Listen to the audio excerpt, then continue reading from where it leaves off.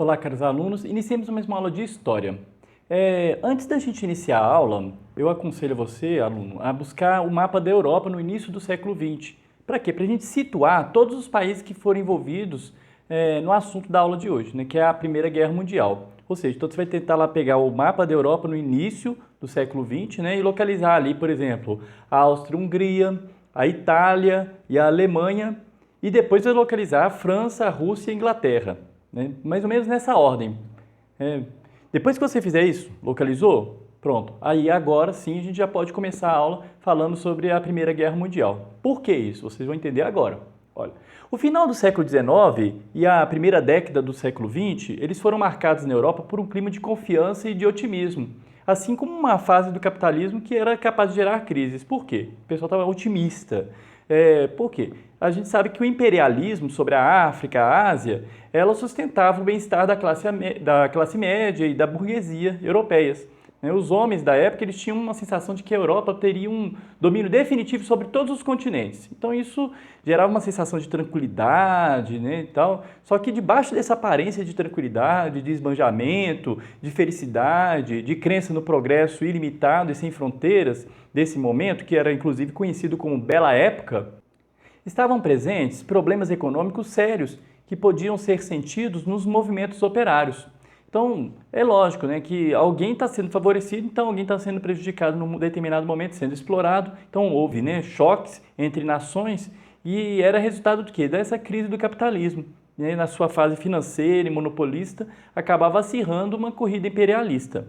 Aí a gente pode, assim, só para efeito didático, elencar algumas causas da Primeira Guerra Mundial. Então, ou seja, isso foi um dos fatores do imperialismo? Foi. O imperialismo, né, por quê? O imperialismo, né, do sistema capitalista, ele evoluiu para o chamado capitalismo monopolista, né, do qual resultará a expansão em direção à África e à Ásia, como eu disse. Aí essa expansão vai acarretar para os países envolvidos uma corrida imperialista, ou seja, de dominação, né, e vai causar problemas de toda a ordem, principalmente no que se refere à divisão de áreas. Por quê? Porque claro que cada país quer um pedacinho maior, quer um domínio maior e assim por diante. Então o conflito só vai crescendo. Outro fator interessante é o rompimento do equilíbrio europeu com o advento da Alemanha como potência. A gente sabe que a Alemanha ela cresceu rapidamente, né? Foi algo fantástico pela rapidez e dimensão que foram tomadas. Ela foi unificada politicamente em 1870, ou seja, no final do século XIX. Em pouquíssimo espaço de tempo, ela superou a produção de aço da França no início do século XX. E, inclusive, poderia abalar inclusive a hegemonia da Grã-Bretanha. Outro fator interessante era o nacionalismo. Então, até agora, três, né? O imperialismo, né?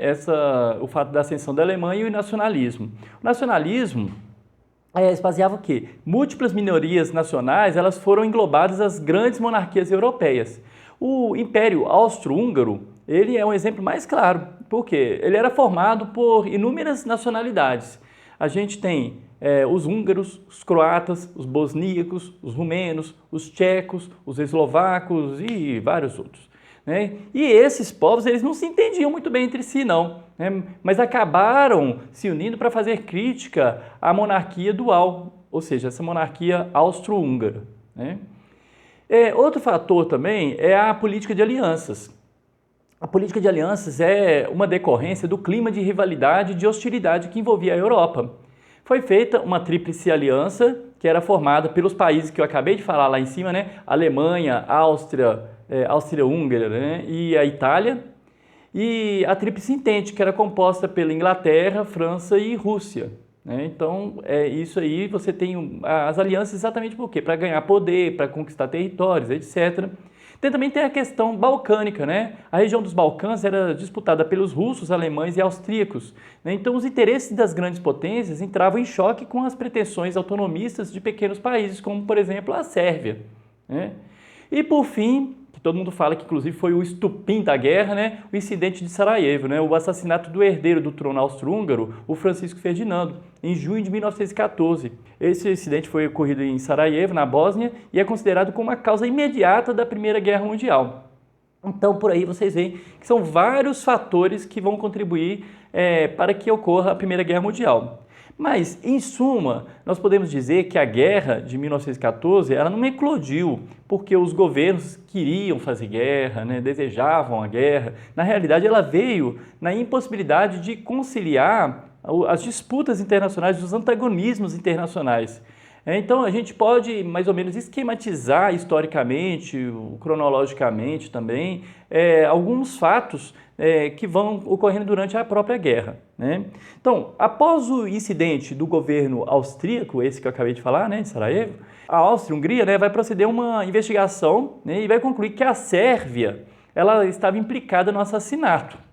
Então, essa implicação decorre do fato de que, com a morte do imperador Francisco José, né, o herdeiro Francisco Fernando pretendia transformar a monarquia dual austro-húngara numa monarquia tríplice. O terceiro parceiro seria uma unidade que englobasse os eslavos, bosníacos, croatas, etc., sob o controle austríaco, que não interessava à Sérvia, né? Então, ou seja, de novo essa disputa, né? Outra questão foi o rompimento das relações diplomáticas entre o Império Austro-Húngaro e a Sérvia, né? A Rússia ela acabou se colocando a favor da Sérvia, baseando-se no princípio do pan-eslavismo, né, e no provável apoio francês. Então, eles já estão de olho lá no futuro. No dia 28 de julho de 1914, a Áustria-Hungria ela vai declarar guerra à Sérvia. A Rússia se preparou para a guerra, né? Então, em 1º de agosto, a Alemanha vai declarar guerra à Rússia. Olha para você ver a briga. O governo francês, diante das exigências alemãs, sobre como o país se comportaria, declarou que a França sempre agiria de acordo com seus interesses. Então, em 3 de agosto, os alemães acabaram declarando guerra à França. O Império Otomano entrou na guerra ao lado dos impérios centrais, devido a antigas disputas com a Rússia e a Grã-Bretanha, e acabou declarando guerra à Alemanha diante da violação da neutralidade belga. Por quê? Porque os alemães eles atravessaram a fronteira belga para atacar a França. Então, eles estavam neutros e eles invadiram. Então, com a entrada da Grã-Bretanha, toda a comunidade britânica acabou seguindo os ingleses. Em agosto, o Japão declarou guerra à Alemanha, devido ao interesse nas bases alemãs na China. Então, sempre tem um interesse aí por trás, né? A Itália, ela tinha se declarado neutra no início do conflito, né? E a gente sabe que ela estava ligada à Tríplice Aliança, como eu disse. E ela entrou na guerra em 1915, mas acabou entrando na guerra aliada à Tríplice Entente. Então, ela mudou de lado ali logo no início. Então, como é que a gente pode verificar? As hostilidades elas foram responsáveis pela movimentação do jogo de alianças, arrastando vários países para o conflito. Os movimentos dos exércitos ocorreram basicamente no início da guerra e no final da guerra.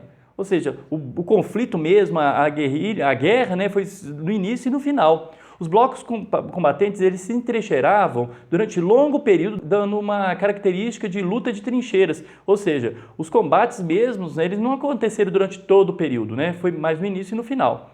Em 1917, o equilíbrio pareceu se romper e pender para o lado dos impérios centrais. Com o triunfo da Revolução Bolchevique na Rússia, né, que era de governo socialista, a Rússia, de governo socialista, assinou a paz em separado com a Alemanha no ano seguinte, a paz de Brest-Litovsk, né? Mas também, em 1917, os Estados Unidos acabaram entrando na guerra.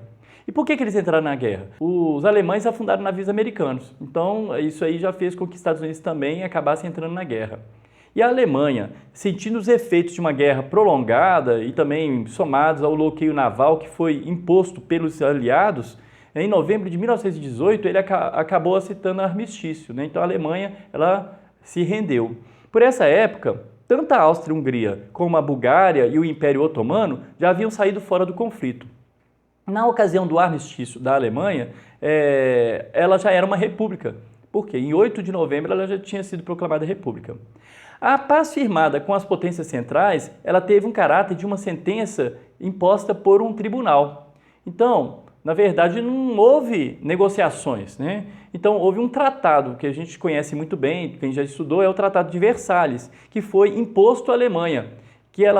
Nesse tratado, ela foi obrigada a restituir à França as regiões da Alsácia e da Lorena, entre outras coisas, né? Eles não ficaram contentes com isso aí, né? Então, ficaram descontentes, perderam a guerra, ainda tiveram que... Foi massacrada, a nação perdeu muita coisa e acabou tendo que superar a situação de crise, né? E ela não vai aceitar isso de maneira fácil, a gente sabe por quê, né?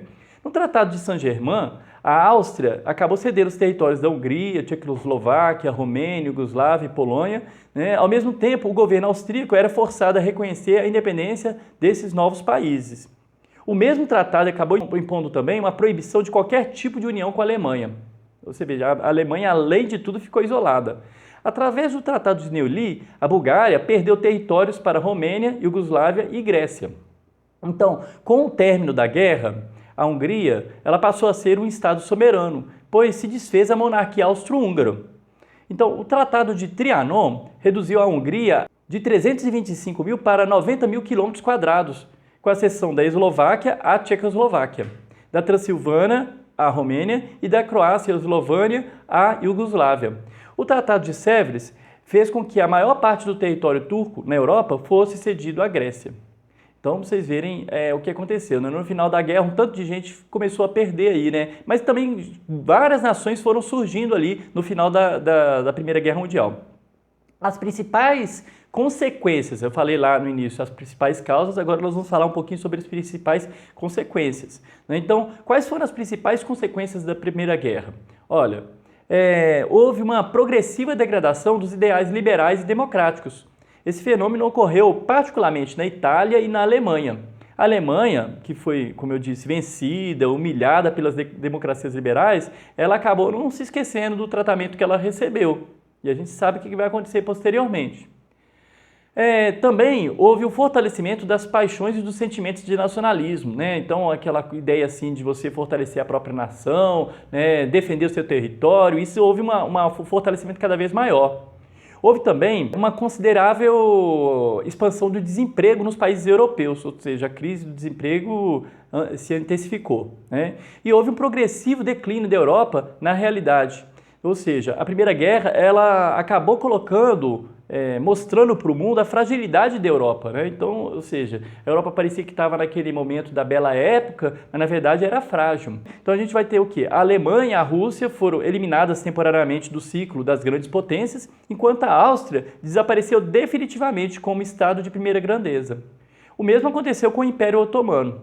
Por outro lado, verificou-se uma supremacia da França e da Grã-Bretanha. Então, ou seja, algumas nações saíram ganhando na guerra. Alguém tem que ganhar, né, gente? A ascensão dos Estados Unidos como grande potência mundial também foi uma das consequências da guerra. Ou seja, os Estados Unidos entrou na guerra e acabou crescendo diante da Primeira Guerra Mundial. Em função da Primeira Guerra, a gente tem o quê? O início de um nacionalismo asiático. Até os países asiáticos começaram a valorizar mais suas nações, a querer impedir o imperialismo e assim por diante. Houve também a organização da Liga das Nações, exatamente para impedir, né, que os conflitos voltassem a acontecer. Não funcionou muito bem, não. Houve também alterações políticos territoriais, por quê? Como eu disse, né, teve um surgimento de alguns países, desaparecimento de outros, assim como perdas e ganhos territoriais. Como, por exemplo, nós poderíamos citar o surgimento da Polônia, da Tchecoslováquia e da Iugoslávia. Então, ou seja, o mapa da Europa se modificou diante da Primeira Guerra Mundial, né? Então, por aí a gente vê que a Primeira Guerra Mundial ela teve causas, né, e consequências, tendo reflexos até mesmo na Segunda Guerra Mundial, da qual nós falaremos posteriormente. Agradeço pela atenção, até a próxima aula.